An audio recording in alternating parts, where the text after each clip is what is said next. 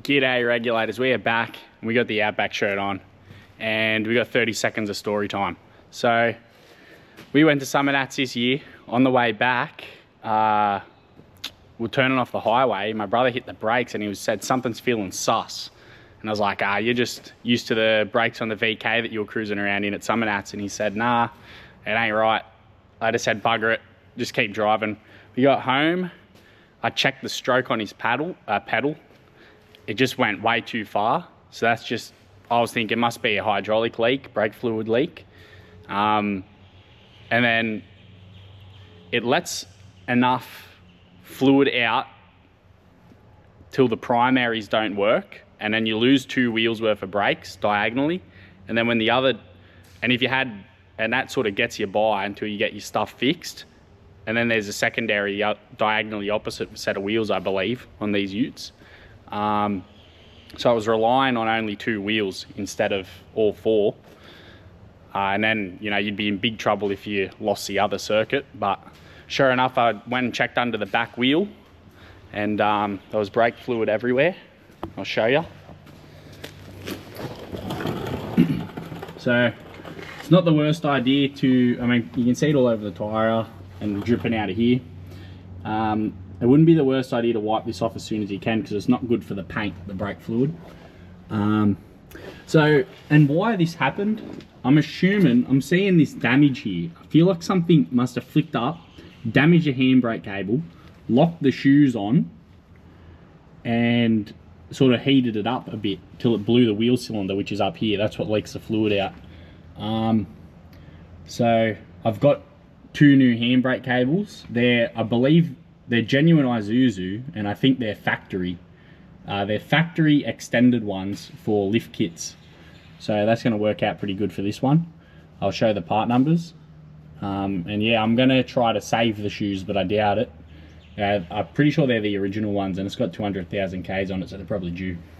Okay, so first things first, I'm going to find out if it needs the brake shoes or not. So I've got the wheels chocked, dropped the handbrake. Now I'll jack it up from the diff and put the safety stands under each side and remove the wheels.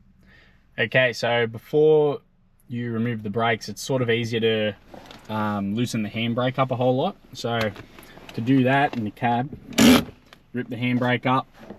It's going to go very far. That panel clips up. Just spin the gear knob loose, don't be scared, just grab on and go anti-clockwise. And a screwdriver in this little slot.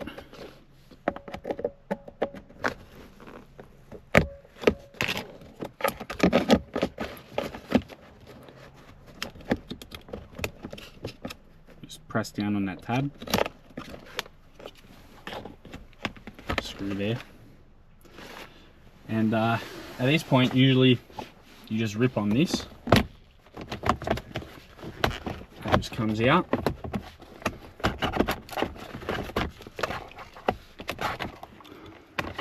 So I'm going to try to leave it in, but otherwise you just remove this piece.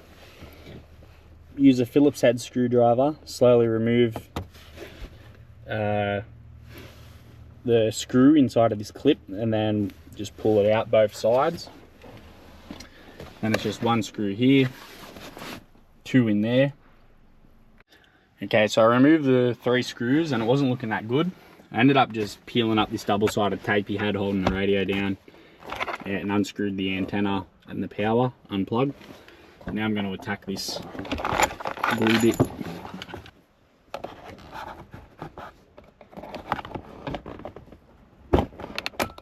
Okay.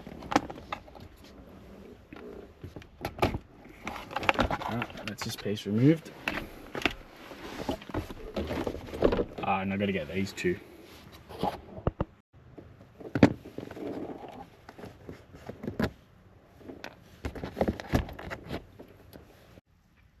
Okay, now with that removed, just back this nut right off.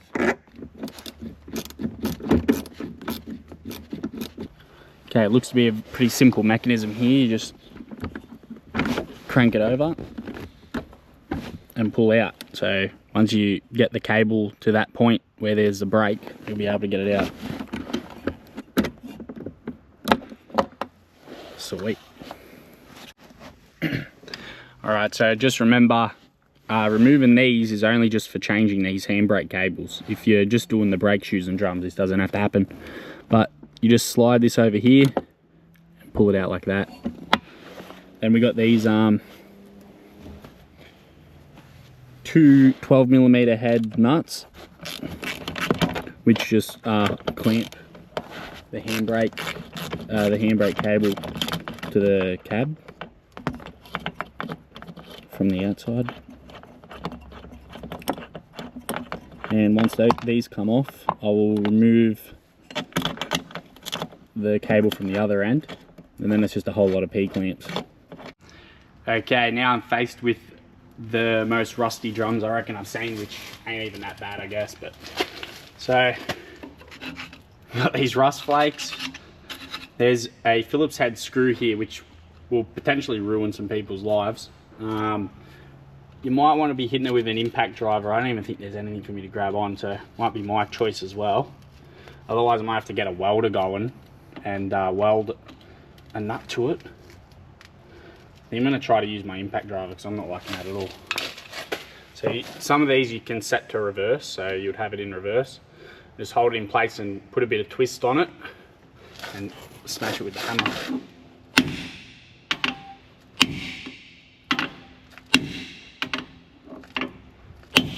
I actually kind of twisted it.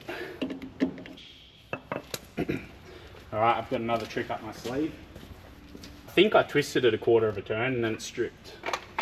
I should have also used some WD-40 on it or something before I got started, but this works on a lot of stuff here. This will get you out of the trouble.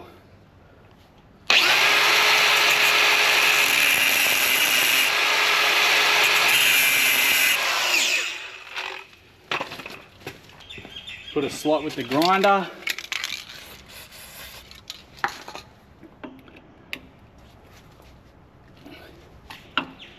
Okay, still very tight. Ooh, got it.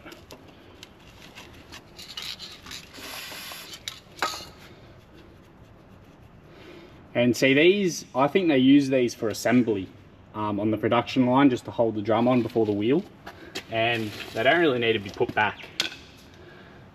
So, depending on how I feel, I might not. Especially now that I've cut it anyway, so I probably won't. Okay, so now I tried my luck here. I think the brake adjustment's too tight to remove the drum, so I'm gonna have to go in and back it off. I'll show the process on how that's done. It's just pretty hard to do while the drum's on. Okay, now with the drum removed, I'll just show you a couple bits and pieces here. So this is the wheel cylinder that the brake fluid gets when you press your foot down and opens these up to hit the drums. Makes sure you hit the drum. This shouldn't look like that. Could be also one of the points that helped it fail, or it could have just happened after it blew out, which is more likely. But if that was off, it would let rust get to the polished machine part. This is where the handbrake cable gets attached, and when you pull on it, it sort of just opens up and makes this shoe lock onto the drum. And then you just have a spring on the bottom and a spring on the top that hold them all in. Got these pins and spring clips to hold the shoes just up against the wall. They're the first things to put on.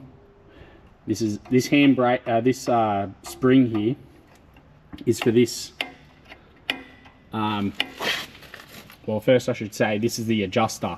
The spring goes inside of it, and then this piece here goes on each shoe, and you spin this gear to thread it shorter or longer to get your adjustment.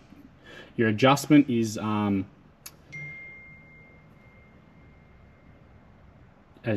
you're trying to get the shoes as close to the drum as possible, so this has to open up as little as it needs to every time you use the brake.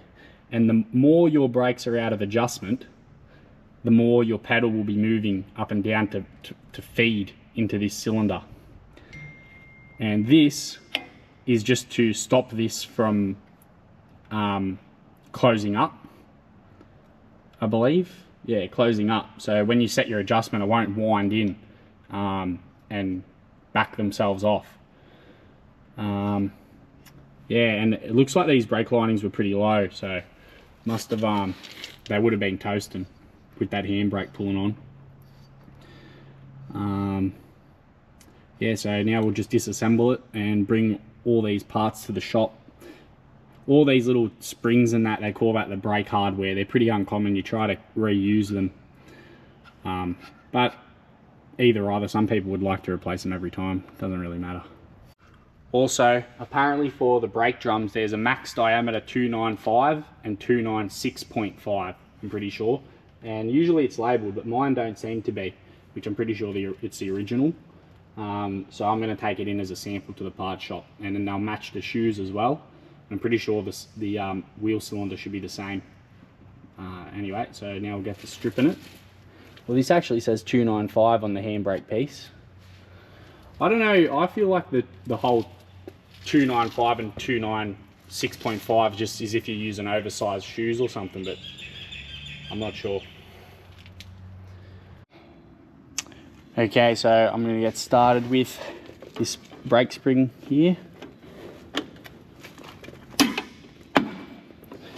It would help if I back that off, but I was just trying to save time.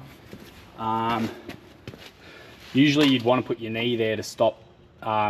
Without it, you would pull this spring, you would pull that in and pop this out, you would lose your brake fluid, but it doesn't really matter for us at the moment. Okay, that's loose. And you got your park brake piece, this horseshoe looking piece here, and a washer. Do not lose any of these.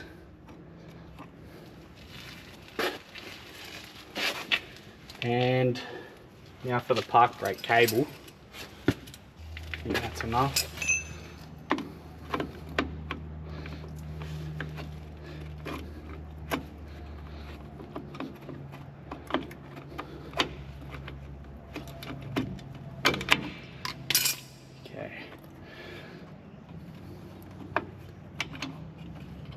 Should probably pull this out first, actually. Yeah, the best thing to do would probably be to pull this spring for the adjuster retainer sort of thing first. It's got a little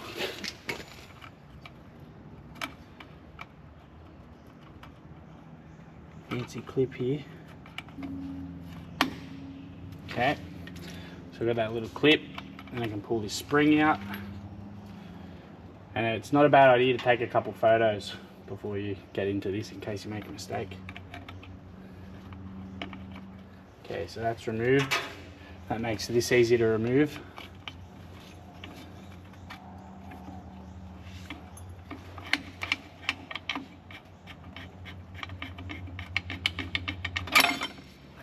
Okay, now that plate's fallen off. And also, this is sort of designed like this for that park brake plate, which has also come off. And there's a little spring at the bottom.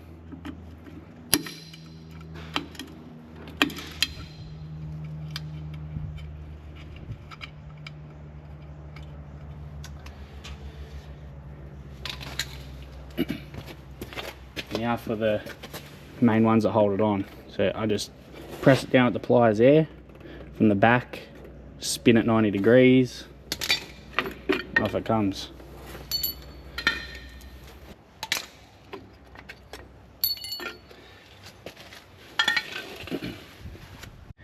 Okay, so alongside our excellent ABS wiring here, we've got the brake line going into the wheel cylinder. I've done this before doing the diffs. When you pull the axle out, I remove this and it just seems to always leak. It'd be good if I had a cap, but I don't. I just put a little drain pan under it and a rag. Okay, that's removed. That's a 10mm spanner and two 10mm bolts over here.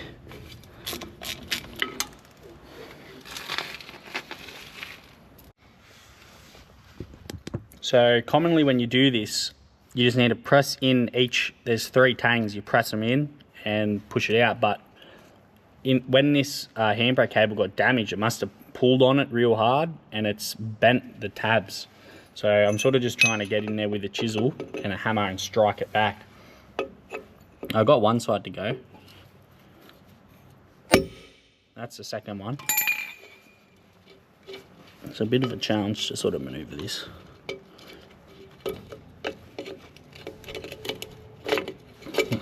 Oh, shit. Okay. That's it removed. Which, yeah, this also only has to happen for replacing the handbrake cable. Now it's just the P-clamps. Okay, so this is the plate that was removed from inside the cabin. You like pop them out. Cable's ready to go. Now, each cable has 1, 2, 3, 4 P-clamps along the way. The only problem is for the other side, the fuel tank's in the way.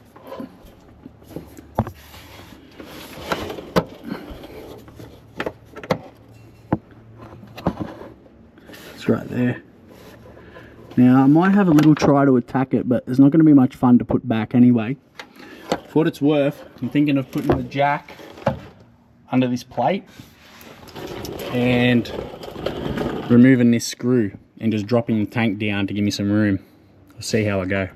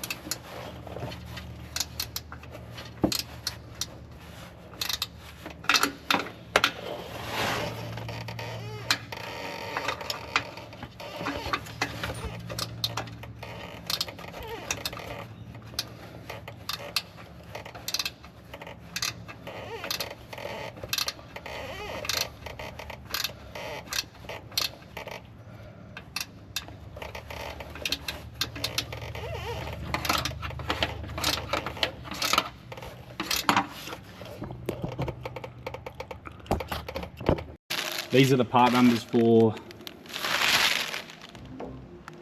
these. Okay, so for this extension, that all seems the same.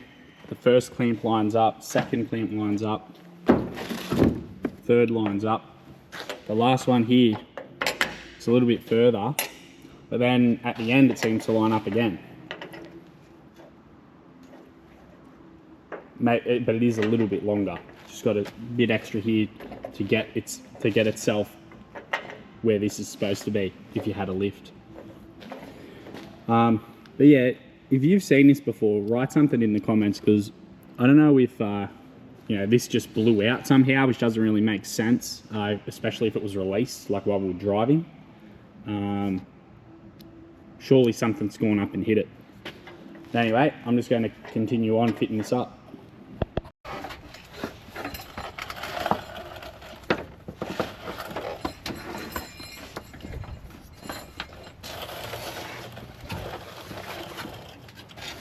All right, actually got it started.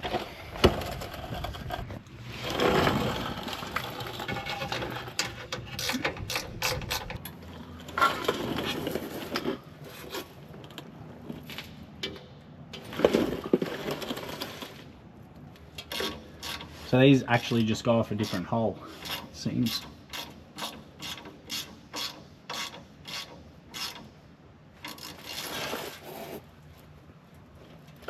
So what I've done is I just go finger tight with each one, and once they're all in, then I nip them down.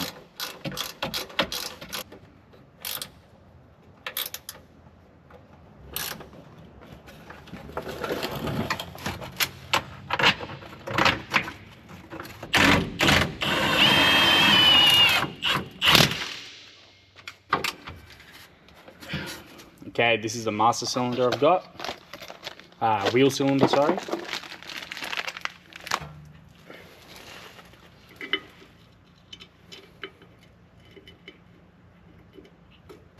Okay, I'll tighten it down to this 10mm.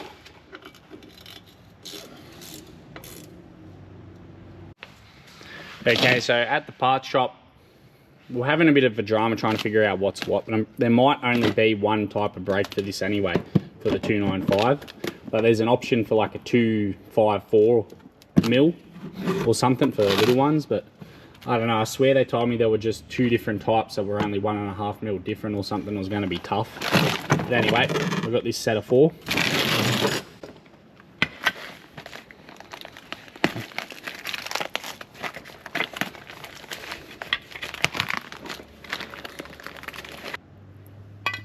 So you got to make sure you use the right ones in the right spots.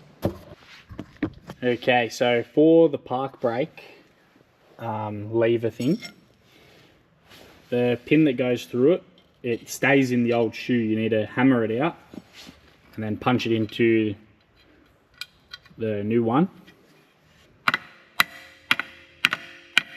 Just like that. And now it's ready to go. So I gave the housing a little clean down. And now we'll start throwing these shoes on.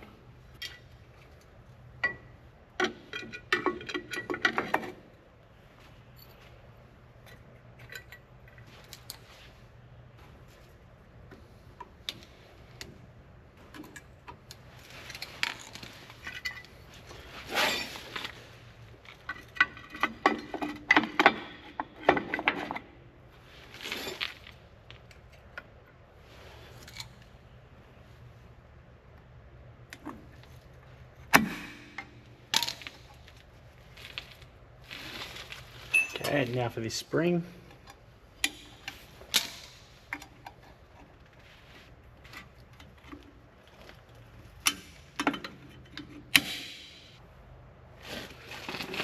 Now I reckon we'll do the handbrake piece.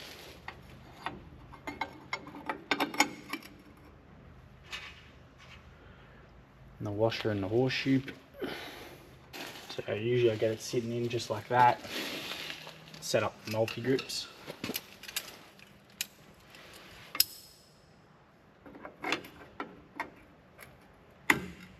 Alright, that's how it sort of was originally. Usually I go in all the way, like that, and give it a pinch.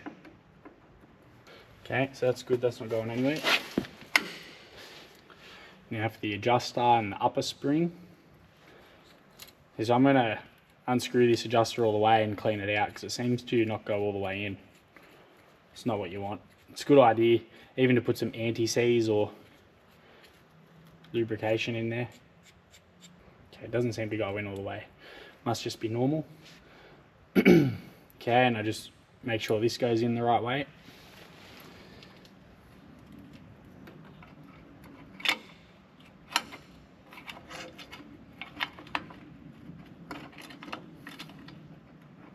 This is the part where you want to get your knee on the shoe so you don't pull this one.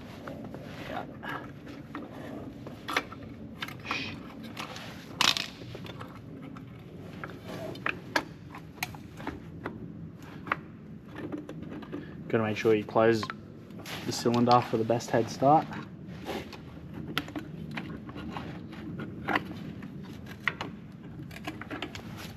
Alright, that's in. Okay, I throw this on. So make sure that this gets behind it, just like that. And the clip. Okay, that is in. Now the spring for it. Perfect. And now the handbrake cable, which should be a breeze because I got it so loose. Easy peasy. So once I throw the drum on, I'll be spinning this to open them up. Okay.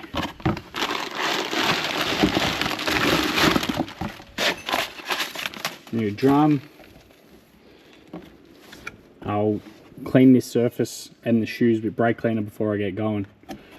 I know this will fit, but it's also pretty wise to make sure it fits before you go cleaning it and that if you have to return it.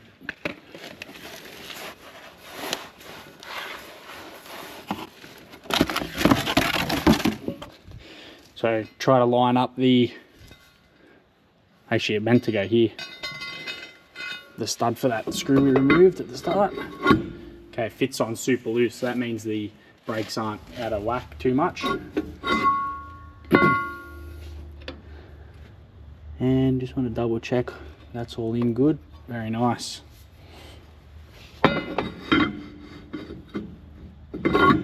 Now what I'll be doing is filling the reservoir up with brake fluid and getting somebody to hold their foot down on the pedal all the way, and then I'll crack the bleeder loose, let it push the air and brake fluid out. Then they lift the pedal up, go back down, then I open and close it, and then they go back up and down and open, close until it spits right out. Okay, now I'm just putting in that clip that holds the handbrake cables in place. I'll get the nuts on when I go back to the cab to put all that back. Do try to put this in backwards and flip it over and put it back in the easy way, and that is about it. This is what you want it to look like. Okay, so now we're going to get the brake adjustment roughly right, because we're at that stage of having enough together. So I'll just stick this tool in there, push down on it, which flicks the gear upwards and rotates it that way to bring the shoes closer to the drum. Once they contact, you sort of need to stick a screwdriver in like this to hold the lever that doesn't let the gear back off, and then stick the other tool in there and back it off.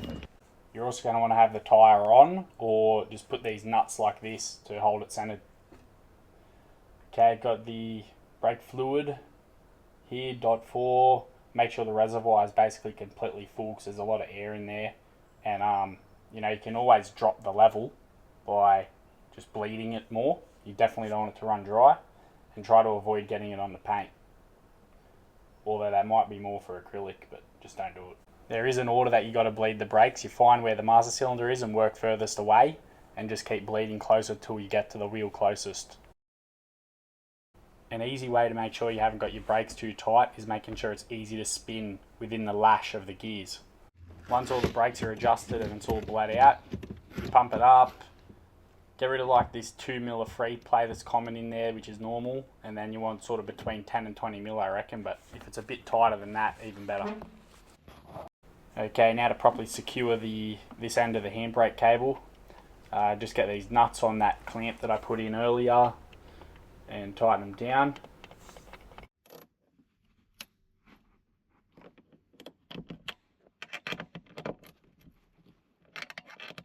Too easy. Alright, and just to fit these cables back the way that you pull them off, you know, just hold it out and kink the cable coming out, you know, to slot it in to where it belongs. It's pretty simple. Reverse order how you pull it apart. So now you come in with your 10mm ratchet spanner or whatever and just crank it up heaps. It'll have a lot of slack. You can feel for it. You just pull the handbrake up, it'll be super easy, you know, when it's this far off, definitely. So you crank it up, eventually you'll start feeling the free play sort of being 4 clicks up, but I always just hold the button in anyway, so you can't hear it click. You'll feel it go up super easy, then it'll start going up with a bit of pull, and then it will finally lock up. And you want to get rid of all that stuff at the start, but definitely no more, because then you'll be pulling your shoes towards the drum with the handbrake before you've even applied the brakes, and that'll just toast the shoes. So I'm just giving it a nip. Now I'm just feeling bugger all free travel before I actually start really pulling the shoes, and I'll get that down to basically 0. So there's just before I get to the first click, it'll just be super easy, and the rest is actually making stuff happen. In the book, I'm pretty sure you're looking for 7 to 9 clicks once the brakes are fully adjusted, and you might have to take it for a drive and readjust, you know, to get the adjustment really tight, because it's up to how tight the shoes are to the drum as to how far the handbrake goes up. Okay, got the final adjustment. Now it just goes up bugger all with the free play, and click it up. It goes up 8 or 9 times. Okay, so I've thrown a unit back in, the center console. 3 screws are back. Now for the plastic ones in the front either side.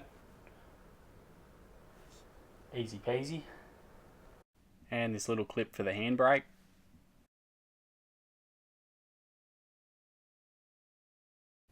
The connector for the 4-wheel drive selector, and the unit itself to clip back in.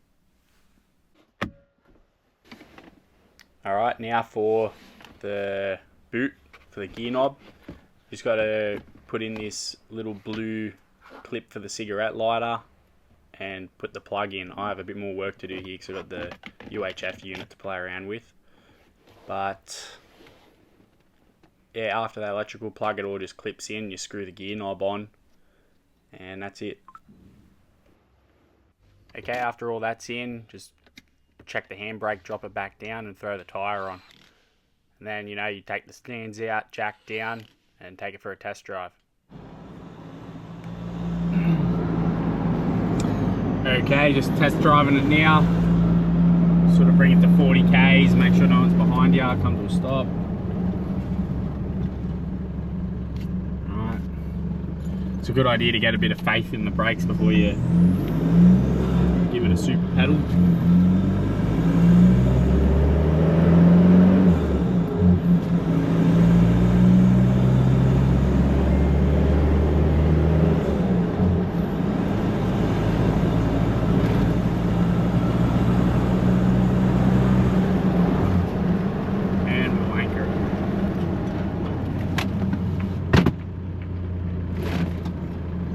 Awesome. Stopped really good. I could have pressed a lot harder on the pedal, but stuff would have went everywhere.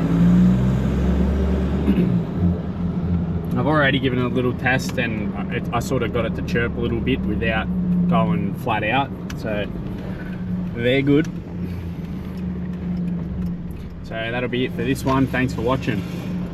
Catch you in the next one.